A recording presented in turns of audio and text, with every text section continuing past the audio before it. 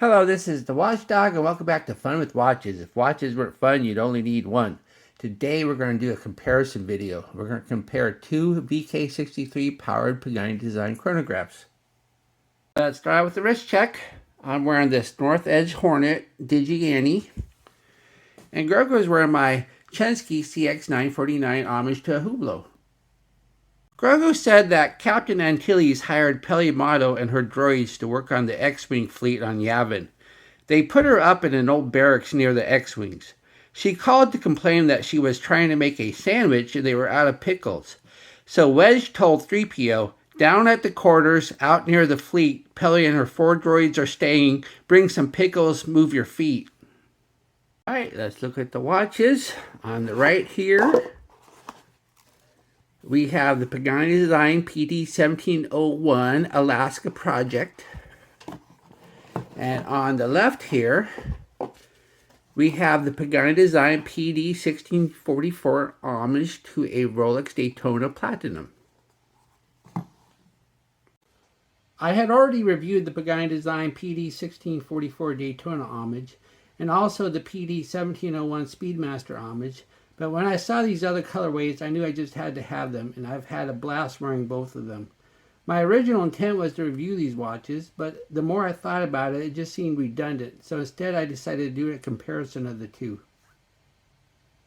Automatic chronograph movements tend to be very expensive and just not possible on sub-$100 homage watches. The VK63 Mecha Quartz movement is the go-to movement for Pagani Design homage watches, a big-name Swiss automatic brand, since it has a mechanical chronograph hand that takes 5 times a second, giving it the smoother sweep of an automatic movement, plus eliminating the need of a sub-second sub-dial. So basically, when you choose a Pagani Design chronograph, the movement is basically a given. So your choice is what kind of case do you want, and just what big-name Swiss watch do you want to homage. Of course, two of the most popular Swiss chronograph makers are Rolex and Omega, with the iconic Daytona and Speedmaster. The Speedmaster is the first watch to go to the moon, and Omega will never let you forget it. However, the Daytona has become one of the world's most coveted watches, with the stainless steel base model selling for 4 times their suggested retail. The watch on the left is 39.4 millimeters, and the one on the right is 39.9 millimeters if you measure them at the bezel. So the one on the right is just a 0.5 millimeter bigger at the bezel.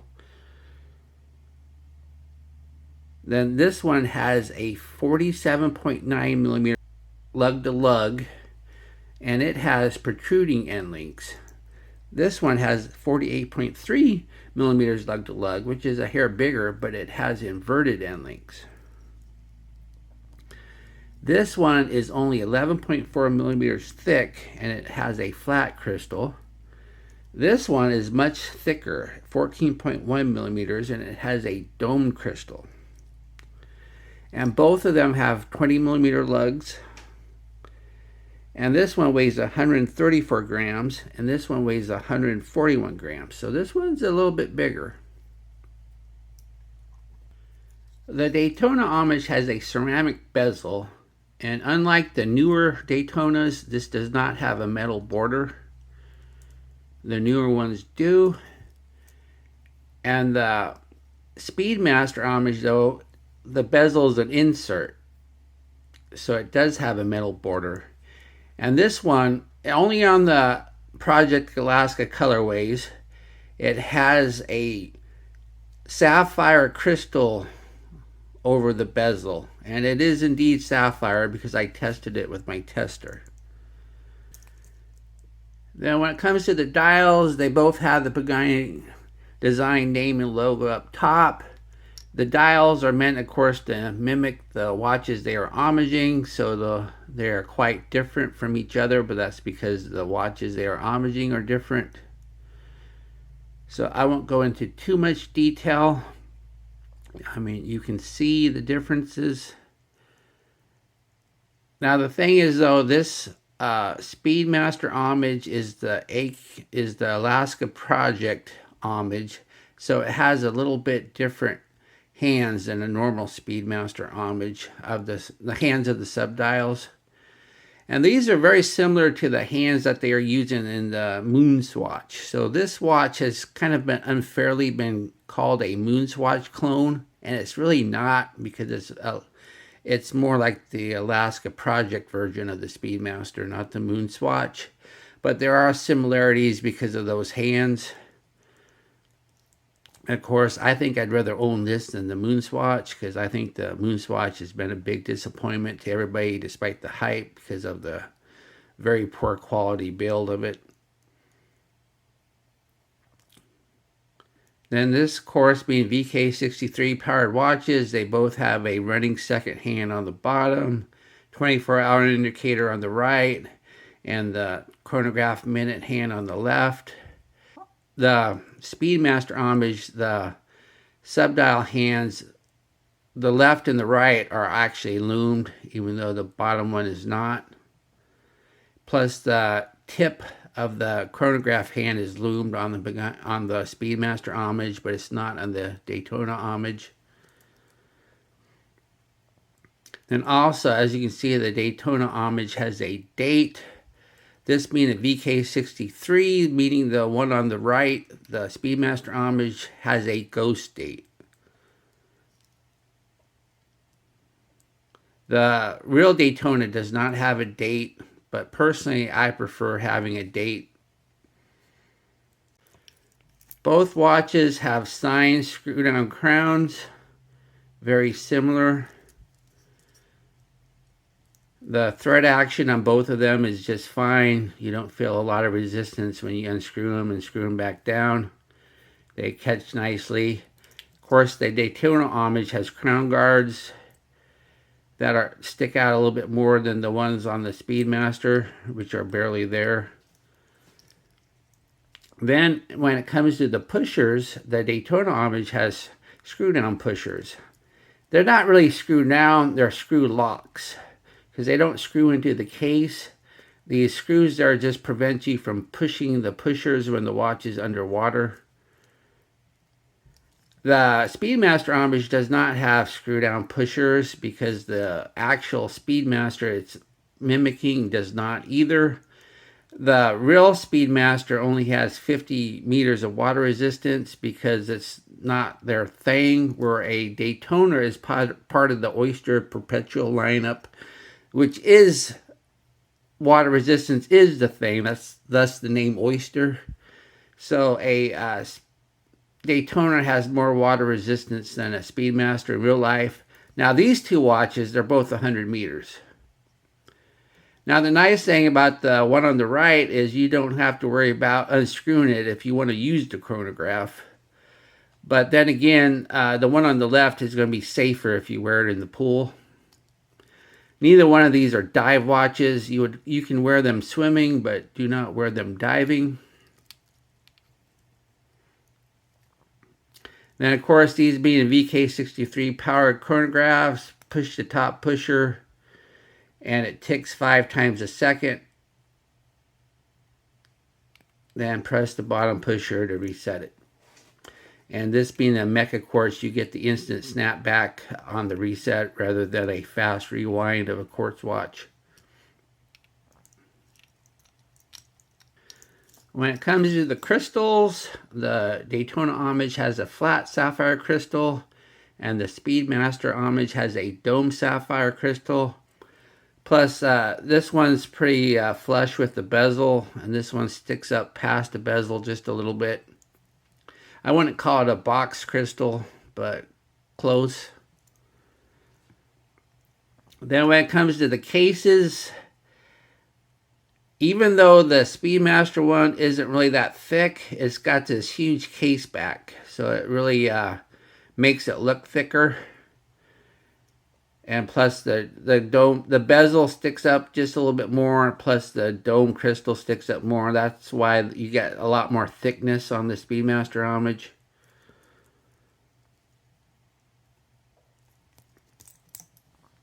Both watches have screw-down case backs. The Daytona homage has a very generic one with just the Pagani Design name and logo. Then it says Sport, gives the model number. The Speedmaster homage, though, has this little rocket. This is not a very accurate rocket. The U.S., even though this watch went to the moon, or the real one did anyway, this does not look like a Saturn V capsule. It just looks like somebody drew a rocket. Plus, I don't think you can see Saturn this close from the moon.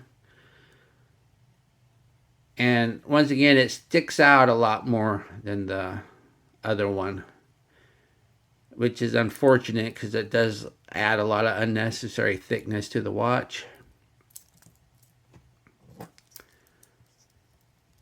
Underneath both watches is the VK63 Mecha Quartz movement. I've said a lot about this already during this comparison. This is the go-to workhorse Mecha Quartz movement for Pagani Design and a lot of other watches in this price range. The nicest thing about it, of course, is the smooth sweeping second chronograph hand. You usually don't get that on a quartz chronograph.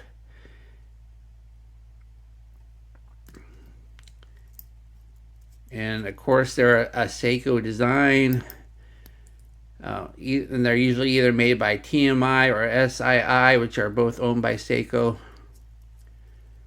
So you got reliability. One downside, though, is sometimes the chronograph hand can be out of line, and there's no way to set it. So if it's going to be a little bit out of a line during the manufacture, you're going to have to live with that. This one seems to be a lot straighter than this one. This one seems to be pretty off.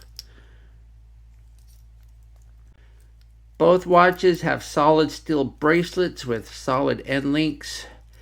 The Daytona Homage, of course, has an oyster style, and these links are not fully articulating, meaning that the center links are fixed with the side links.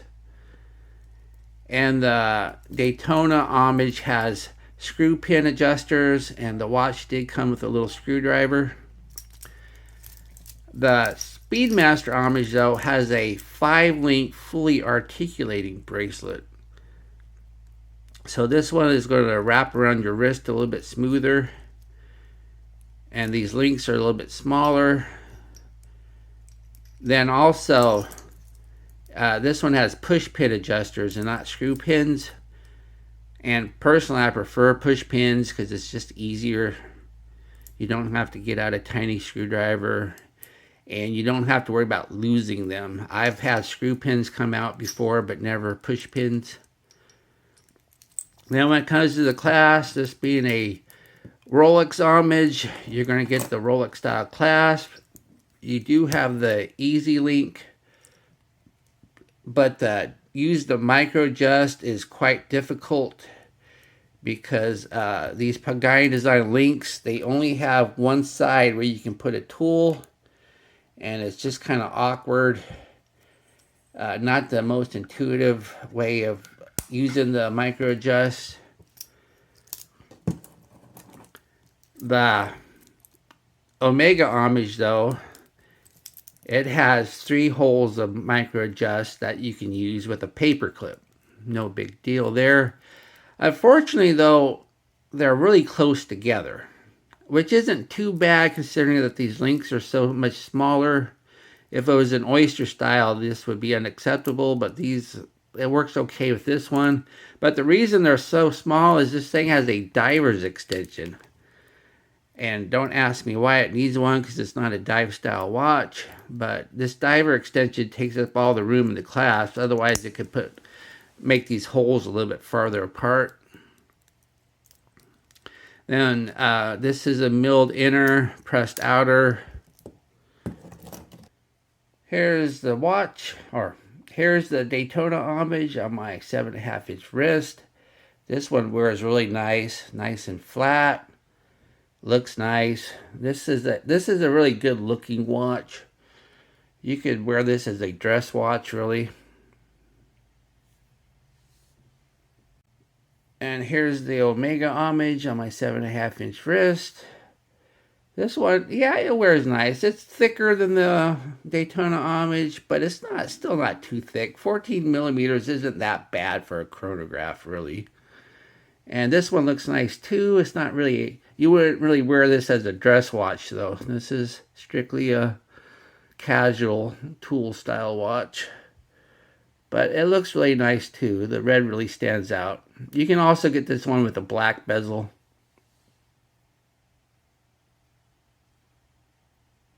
Here we are in the Lume room. With the latest version of the Pagani Design PD1661 GMT, they really improved the Lume. So let's see how these newer versions of these chronographs do.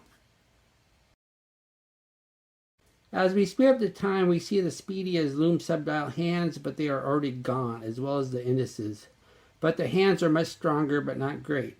The Daytona Homage has lousy hands that are already gone, but the indices are keeping up with the speedy hands. But hands are what matter, so the speedy wins. Okay, there you have it. I'm not going to really do a what do I like and a gripes and groans, because this really isn't a review, it's a comparison. So, and once again, if you want to see a full review, I reviewed both of these watches in different colorways, and I will provide links with this at the end of the video. But I like them both. Unfortunately, I can't keep them both, otherwise I would. I think if I had to keep one of them, I'd probably keep the Daytona Homage, because I just think it's a little bit nicer looking. And once again, you can wear this as a casual watch and a dress watch, where this one's strictly casual. But I like them both. They're both really stunning. And I think Pagani Design, other than the Lume, did a really good job with both of these. Well, thank you for watching my comparison video, and I will be back with another review or unboxing. Be sure and like and subscribe to my channel. Bye.